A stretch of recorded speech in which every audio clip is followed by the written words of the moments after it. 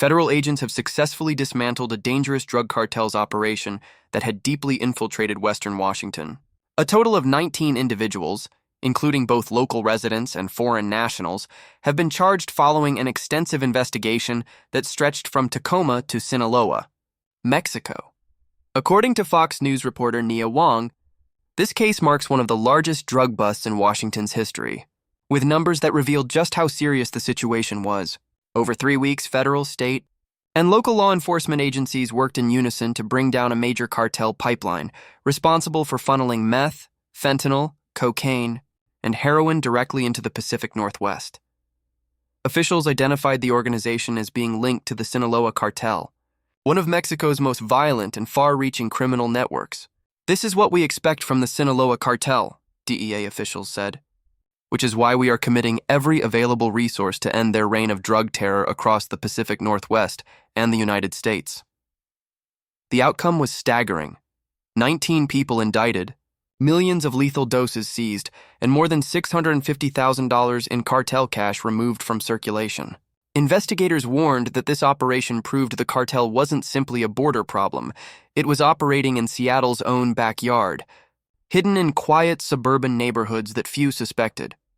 Agents described a sophisticated and structured network that transported drugs from Mexico into California and then north into Washington.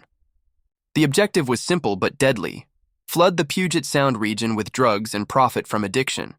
The organization functioned like a global business. Couriers moved shipments using semi-trucks. Redistributors handled neighborhood-level distribution. And stash houses located in Everett, Shoreline, and Whidbey Island stored drugs until they were ready for sale. The system was built for resilience. If one load was intercepted, another was already en route. This was no small-time street operation. It was a highly coordinated international network connecting Mexican drug labs, U.S. highways, and Washington homes into one seamless chain of narcotics trafficking. For local families, realizing this network existed so close to home was chilling. The investigation began in 2023 when undercover agents infiltrated the cartel's Washington branch. They tracked semi-truck shipments, monitored exchanges, and conducted controlled seizures to build their case. In October 2023, a major breakthrough came when 41 kilograms of fentanyl powder were seized, enough to produce nearly 7 million lethal doses. Rather than rushing to arrest low-level players, investigators used the evidence to map out the network's structure. After nearly 2 years of surveillance, the final strike came on August 4, 2025. Dozens of search warrants were executed simultaneously in coordinated raids across Everett. Shoreline and Whidbey Island agents stormed stash houses, zip-tied suspects, and loaded van after van with evidence. By the end of the day, the cartel's Pacific Northwest branch was completely dismantled after years of operating in the shadows. Out of the 19 defendants, 13 were already in custody when the indictments were unsealed, while 6 remained fugitives.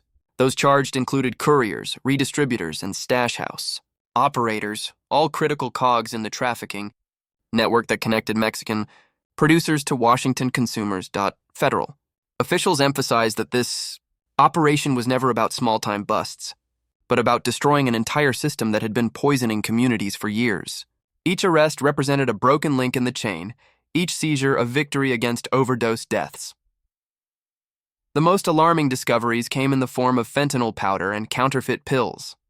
In addition to the 41 kilograms seized in 2023, another 5 kilograms and thousands of fake pills were confiscated during the 2025 raids. Authorities explained the gravity of the danger. 5 out of 10 counterfeit pills on the street contain enough fentanyl to kill. That means every batch seized could represent thousands of lives saved. Prosecutors described this as more than a law enforcement victory. It was a life-saving intervention. Each pill, though disguised as a harmless medication, carried the potential to end a life and devastate a family. For Seattle and the greater Pacific Northwest, this operation was a sobering reminder that the cartel crisis isn't confined to borders, it's thriving in local neighborhoods. But thanks to months of coordinated effort, one of the most dangerous drug pipelines in U.S. history has finally been cut off. The reach of the Sinaloa Cartel's empire went far beyond fentanyl. Investigators revealed that their network was a massive, diversified drug operation, trafficking methamphetamine, cocaine, heroin, and fentanyl in staggering quantities. Over the course of a multi-year federal investigation, law enforcement seized 465 pounds of meth, 269 pounds of fentanyl, 23 pounds of cocaine, and 6 pounds of heroin. During the August 2025 raids alone, agents recovered 9 kilograms of meth, nearly 4 kilograms of cocaine, and more than 1 kilogram of heroin. Officials described the operation as nothing short of a battlefield victory. Each kilogram of drugs removed from circulation meant fewer overdoses, fewer dealers on suburban streets, and less profit funneled back to cartel leaders in Mexico. For a city located thousands of miles from the border, the scale of the poison moving through Seattle's streets shocked both residents and federal agents. The financial damage was equally severe. Authorities seized over $650,000 in cartel cash, money that would have otherwise funded more shipments and expanded the network's influence. Alongside the money, agents recovered 21 firearms, 11 before the August raids, and 10 more directly from stash houses during the takedown. These weapons, including rifles and pistols, were the same tools used to enforce control through fear and violence. Federal officials explained that cash and guns are the two pillars of cartel power. One fuels corruption and expansion. The other maintains dominance through brutality. By stripping away both, investigators said they struck at the cartel's ability to function in the region. Every dollar seized, every gun confiscated, every arrest made, it all represented a direct blow to an empire built on addiction and human misery. When the operation concluded, federal leaders addressed the public, making one point clear. This mission wasn't just about drugs, it was about saving lives. Each kilo seized meant lives that would not be lost to overdose. Each arrest represented a family spared from destruction, and each dollar taken from cartel hands meant one less community under their shadow. DEA officials reiterated that the goal was never to make headlines by arresting small-time dealers. The mission was to dismantle the entire command, control, and distribution structure that allows the Sinaloa Cartel to operate like a multinational corporation. For months, agents quietly infiltrated networks, tracked shipments, monitored communications, and built a case strong enough to strike where it mattered most and at the foundation. The coordinated effort across federal, state, and local divisions proved that teamwork can bring down even the most deeply embedded criminal organizations. As one DEA official put it, this wasn't just a raid.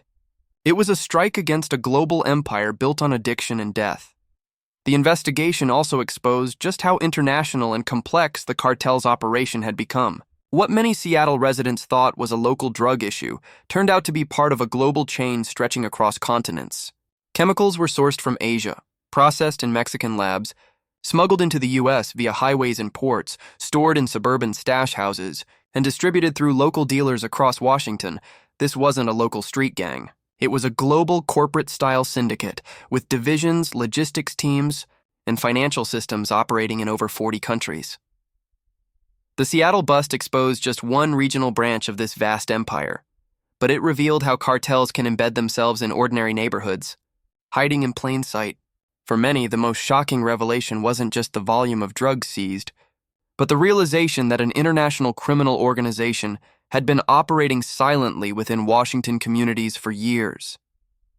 Officials hailed the Seattle operation as a major victory, but warned it was only one battle in a much longer war. 6 of the defendants remain fugitives, and agents believe the cartel will quickly adapt, recruiting new couriers, building new stash houses, and rerouting shipments. For Seattle families, the message was grim but clear. The drug crisis isn't a distant problem confined to the border. It's here. Now, in our neighborhoods, schools, and cities, every counterfeit pill seized could mean a life saved. But every new shipment that crosses the border is another threat waiting to strike. The DEA's message was blunt. This battle won't be won with one raid or one bust. It will be fought 1 pill, 1 kilo, 1 arrest at a time. For the Pacific Northwest, the August 2025 operation proved that law enforcement can hit back, but it also reminded the nation that the fight against the Sinaloa Cartel is far from over.